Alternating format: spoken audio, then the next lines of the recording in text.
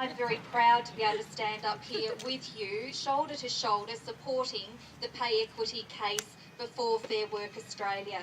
We have been very proud to do so, and I was interested to hear the comments of Margaret Reynolds as she spoke about the disability workers, the community service workers who could not be here today because they are indeed working for those vulnerable Tasmanians who need us the most.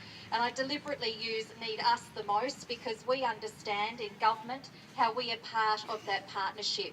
But it's certainly a partnership which is shared with the Australian government as well. So I'm pleased to see Julie here too, taking the message back to Canberra that we will need to work together to find the funding that you quite rightly asked the question of, where is it? And it's not a simple question at this stage to be able to answer, but the commitment is there to achieve pay equity.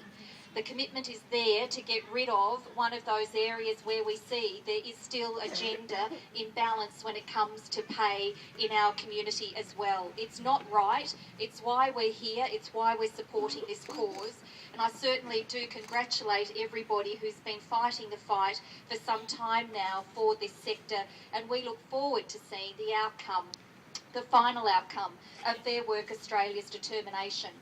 An outcome which I think will also talk about the need to phase in this, that it's not something that's going to be able to be achieved overnight, but it will certainly set the pathway to ensure that that goal is in fact achieved. And as I said, we all support you in that cause as well.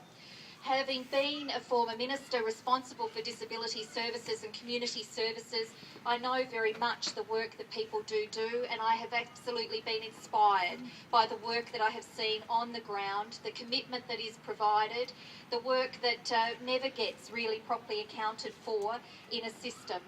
And to see the joy that can come to the faces of the clients, the people who actually gain the benefit of that work, certainly is something which is very inspiring, and I know that that's what keeps a lot of people involved in the sector, even though they could in fact go elsewhere and be paid more at this point in time. So that commitment we recognise, we thank you for it, and be assured that we are committed to stand with you through this period of gaining and achieving pay equity for the community and disability sector. So keep up the good fight, and thanks for your invitation here today.